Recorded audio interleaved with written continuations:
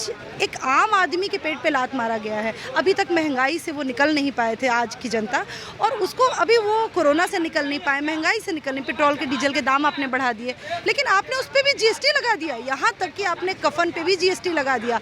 मतलब एक घर का अगर मुखिया मर जाता है तो उसकी बच्चियाँ और उसकी जो बीवियाँ हैं वो अपने कपड़े भी उतार के बेच के आपका जीएसटी भरे। कहाँ से? आपने बेरोजगारी बढ़ा दी। जन अधिकार महिला परिषद की राष्ट्रीय अध्यक्ष रानी चौबे जी हमारे साथ है। रानी जी, महंगाई के खिलाफ जो है आप लगातार सड़कों पे आ रही हैं, जन अधिकार पार्टी भी सड़क पे आ रही है, क्या कुछ कहना चाहेंगी महिला होने के नाते? देखिए, आज एक दिवसीय धरना है। आज सिर्फ ये धरना नहीं है, आज एक आहन है, आज एक शुरुआत ऐसी है। चूँकि जन अधिकार हमेशा अपने हक की, जनता की लड़ाई लड़ी है और गरीब गुरुओं की ये पार्टी है।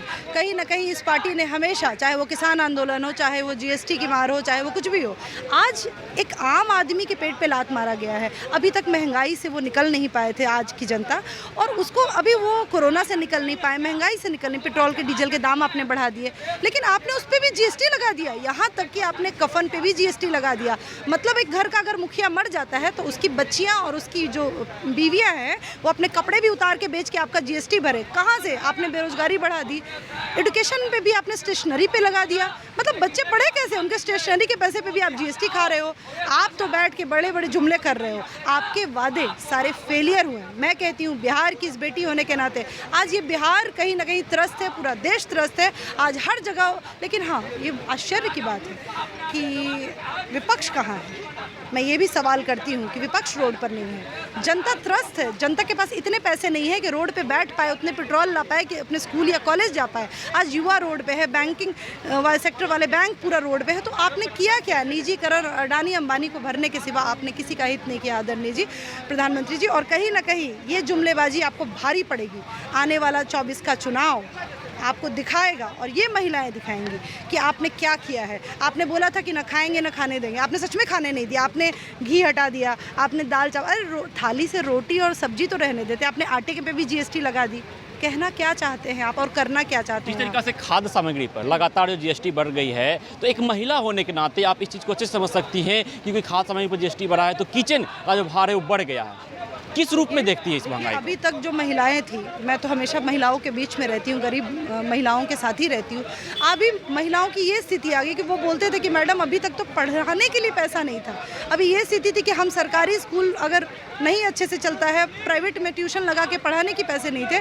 आज इसने दाल रोटी भी ये कर दिया कि हमारा बच्चा अगर बीमार है तो उसको 2 रुपये से 5% जीएसटी और बढ़ा दिया। आप सोचिए कि किसी घर में आटा नहीं आ पा रहा है, उस घर में आप जीएसटी का भार दे रहे हैं।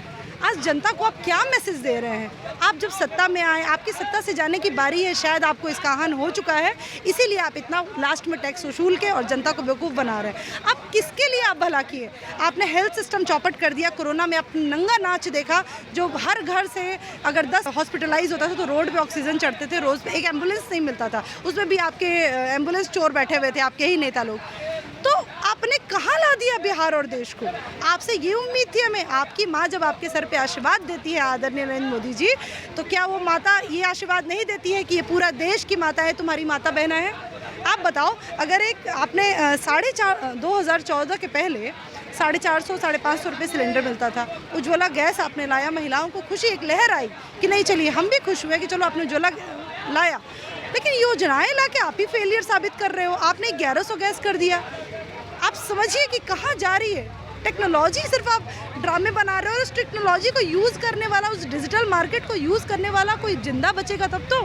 आज बिहार और देश की स्थिति बहुत दयनीय है, और इस चीज़ को जनता समझते हुए पता नहीं क्यों नहीं आ रही है रोड पे, सड़कों पे क्यों नहीं है। और अगर जनता नहीं आई तो मैं बोलती हूँ, मैं एक ऐसी आहन छोड़ूंगी और ऐसी आगे बढ़ूंगी कि मैं महिलाओं को एकत्रित करूंगी, और सदन से लेके चीफ मिनिस्टर से लेके प्राइम मिनिस्टर का भी क्षेत्र अगर घेरना हुआ तो हम महिलाएं घेरेंगे, क्योंकि हमारे सम्मान से बढ़ के अब कुछ नहीं है। हमारे बच्चे अब रोड पे आ रहे हैं। आप समझिए कि एक नेता का बच्चा विदेश में पढ़ता है और एक गरीब का बच्चा 2-2 रुपये के बिना तरसता है। पहले कम से कम चॉकलेट मिल जाता था एक घर को, और हर चीज़ में आप तो सबसे बुरी चीज़ तो कि खाने और स्टेशनरी पे आप लगा रहे हो, बच्चे का दूध छीन रहे हो आप काहे का नेता? ऐसा प्रधानमंत्री डूब मरे। मैं कहती हूँ कि ऐसी माता को बद्दुआ देनी चाहिए, ऐसी प्रधानमंत्री, क्योंकि लाखों और करोड़ों माताओं की बद्दुआ ले रहे हैं प्रधानमंत्री। मैं भी प्रधानमंत्री का बहुत सम्मान करती थी, लेकिन मुझे शर्म आती है कि हमारे प्रधानमंत्री, हमारे देश का प्रधानमंत्री ऐसा है।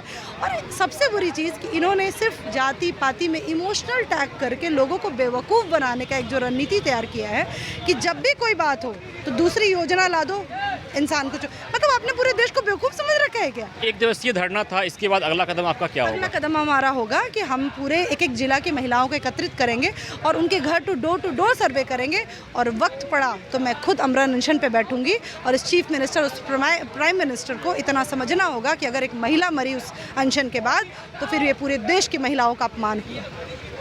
तो आप सुन पा रहे थे जन अधिकार पार्टी महिला प्रकोष्ठ की राष्ट्रीय अध्यक्ष रानी चौबे को, जिन्होंने साफ तौर पे कहा है कि महंगाई की मार जो जनता झेल रही है, इसकी पूरी जिम्मेदारी जो है वो सरकार के ऊपर है और सरकार जो है इसकी सूद नहीं ले पा रही है। खबरों का सिलसिला यूं ही चलता रहेगा। मैं विश्वजीत आनंद, फर्स्ट बिहार, पटना।